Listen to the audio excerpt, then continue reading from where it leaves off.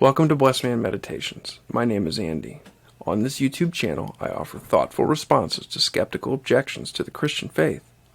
I likewise edify the saints by equipping them to provide an answer for the hope that lies within them.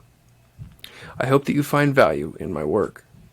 Please like my videos, send me comments, and please subscribe. Let's work together to contend earnestly for the faith that's been once for all delivered to the saints. Blessed Man Meditations is where we provide answers to the intellectual side of Christianity and equip Christians to provide a defense for the hope that is in them, according to 1 Peter 3:15. Today on Blessed Man Meditations, we continue our look at Eric Metaxas' book, Is Atheism Dead? Here's Eric Metaxas, New York Times best-selling author. He's written for also The New Yorker, The Atlantic, and The Wall Street Journal. He has an article that is linked below there about how science increasingly makes a case for the existence of God. And that is what a large part of this book, Is Atheism Dead?, deals with. And part one is, does science point to God? Last time we did the introduction to it. This time we're going to do the first chapter. In the beginning was the Big Bang. The story of the Big Bang, says Metaxas, what it is and how we came to know that it happened, is appropriately as big a story as they come. It starts near the beginning of the 20th century in the year 1911, when, in the midst of a world drifting from the idea of God, a certain German genius came up with what we call the theory of relativity. And it essentially ends in 1964 with the discovery of the background radiation from the early universe, although it ends utterly and as decisively as anyone could have hoped or feared.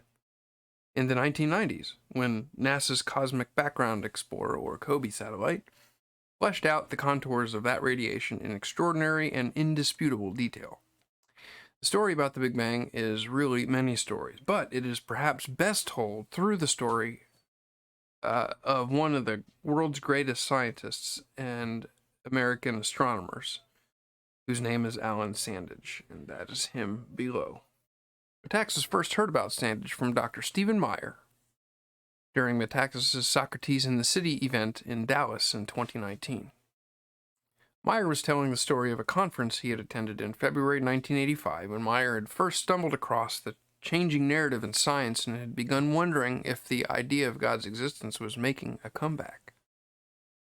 The conference featured a veritable who's who of scientists, including Sandage, who was one of those mythical figures one hardly expected to see in the same room. But it was what Sandage did during the conference that especially stunned Meyer, and first made him wonder if the strict atheistic consensus he expected at such gatherings was changing. It happened at the end of the conference when the scientists were asked to vote whether or not they believed there was a God or wasn't by standing on one side of the stage or the other. Meyer was hardly alone in being astounded to see the legendary Sandage walk to the side of the stage representing theistic belief. Here was one of the greatest scientists in the world publicly standing with those convinced the universe could not have come into being apart from some unfathomable mind, whom Sandage, at that time, had already understood to be the God of the Bible. The story of Sandage is superbly told in Lonely Hearts of the Cosmos. Cover that book is pictured below. The story of the scientific quest for the secret of the universe by New York Times science writer Dennis Overby. That book is filled with many stories and personages, but Sandage emerges as the most significant. Few men are handed the key to heaven, Overby says, but Allan Sandage was one. Overby tells about a 1954 Fortune magazine article in which the 28-year-old Sandage is portrayed as one of 10 promising young scientists and was photographed leaning against the base of a famous 200-inch telescope on Palomar Mountain. I believe that picture might be the one that's below. He looked lean and Jimmy Stewartish, wearing a bomber jacket and grinning with dimpled cheeks, a spit of curl hanging over his high forehead. Overby explains that Sandage had become the first person in history whose job description was to determine the fate of the universe. What Sandage did for 30 years after that photograph was operate the telescope he's pictured leaning on. It was probably the most famous scientific instrument of the 20th century, and Overby says Sandage operated it as if it were his backyard spyglass, measuring and remeasuring the universe, scraping from the shadows of the photographic plates and enigmatic spectra and mathematical drudgework clues to the size and fate of the universe. End quote. To be clear, the young Sandage has been handed the job of carrying on the world-changing work of the legendary Edwin Hubble, pictured below, whose name most of us today recognize because of the Hubble Space Telescope. Hubble himself began looking at the heavens in 1919 using the newly completed 100-inch telescope on Mount Wilson in the mountains north of Los Angeles. It was the largest telescope in the world, and through it, in 1924, he saw something astonishing. No one else had ever seen it, nor would they have believed it if they had seen it. The universe, Hubble noticed, was expanding. The whole thing. And all the stars and galaxies in our universe, like the raisins in a raisin cake, were moving farther away from each other as it expanded.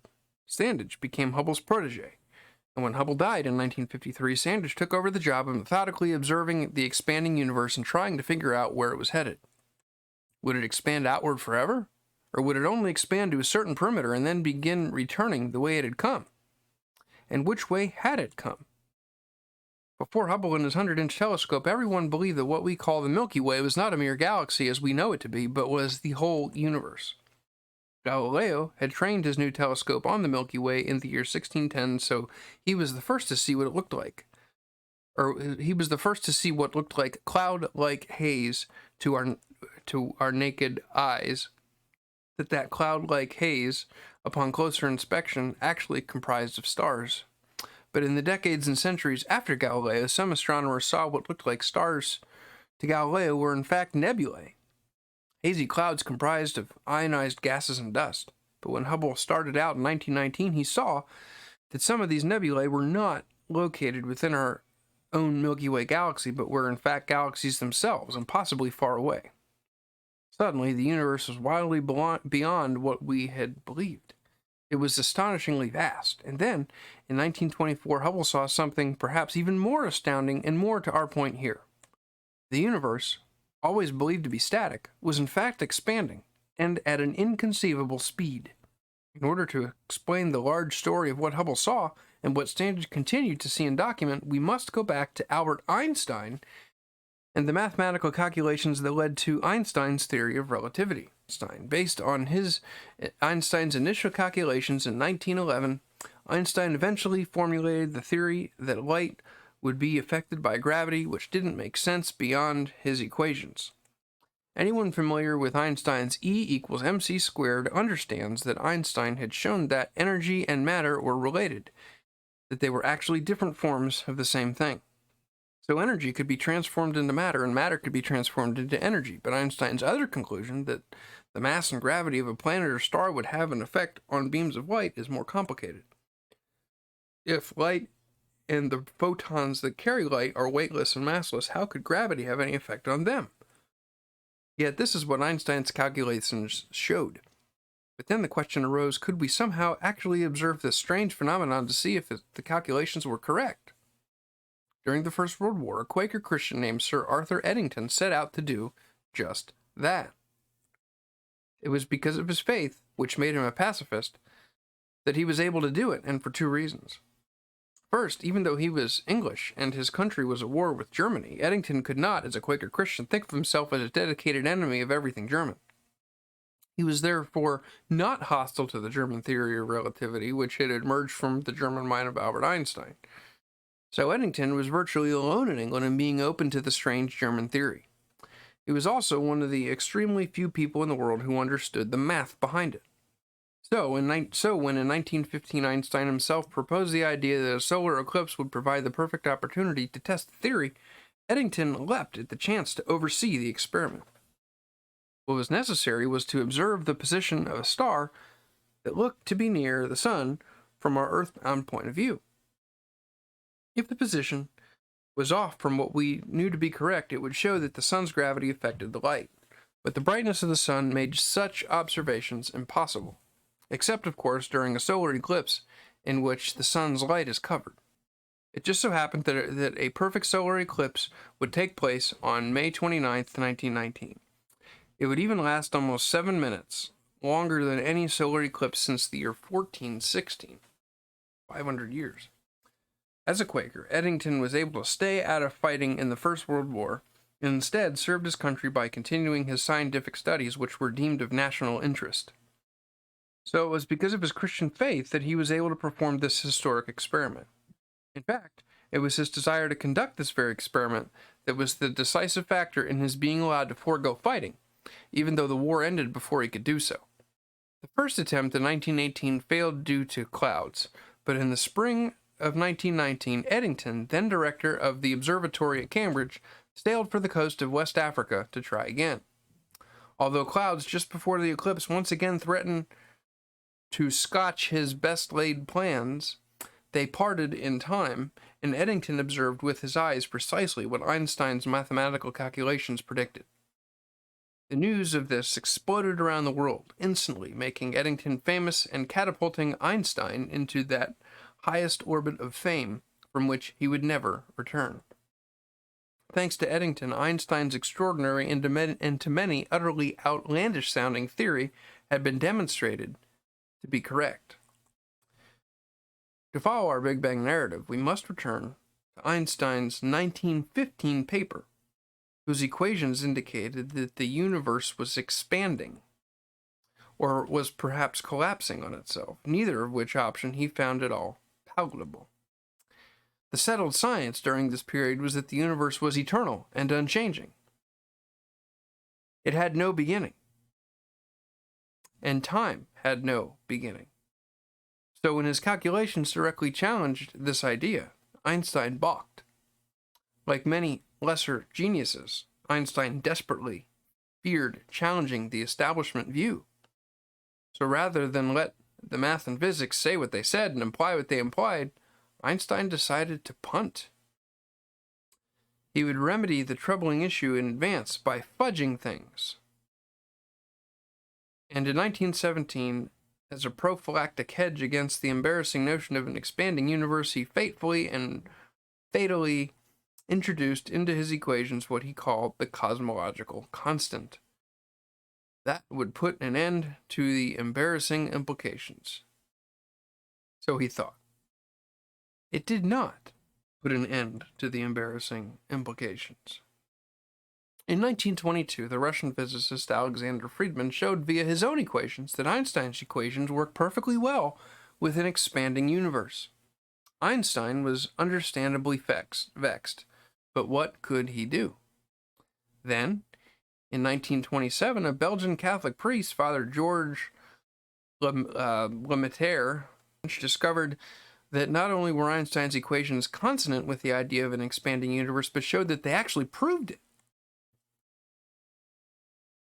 The French father even went so far as to show the rate at which he thought the universe was expanding. For complicated reasons, this rate came to be known as the Hubble constant. But Lemaitre got there first. He figured it out first. Einstein could not find fault with Lemaitre's mathematics, but he peevishly told him, "Your calculations are correct, but your physics are atrocious." But Lemaitre's physics were proved to be correct too, despite Einstein. So, by the time Edwin Hubble saw that the universe was expanding through his brand new Hooker telescope, he published these findings in 1999, the jig was up. Meant 1929. Just as Edison, through his telescope, had seen that gravity actually did bend light, as Einstein's calculations showed, Hubble saw through his telescope what Einstein and others had predicted in their calculations, that the universe really was expanding. Father Lemaitre took things a step further in 1931 when he was the first to postulate that the entire universe had expanded from an initial point, which he called the primeval atom. If one ran the film of the expanding universe in reverse, so to speak, the outward explosion of space and time would lead backwards down to a single point, literally, to a point of indefinite density, whatever that meant. The Belgian priest's shocking idea eventually came to be known as the Big Bang Theory. But Einstein didn't like this idea at all. He felt that it smacked not of science, but of religion, and sniped that Lemaitr's primeval atom hypothesis was inspired by the Christian dogma of creation and was totally unjustified from the physical point of view. Of course, Einstein should have known that the Christian dogma of creation was really the Hebrew dogma of creation too, and he should have known that if a scientific theory happened to support what the ancient scripture said, this could hardly constitute a logical objection to the theory.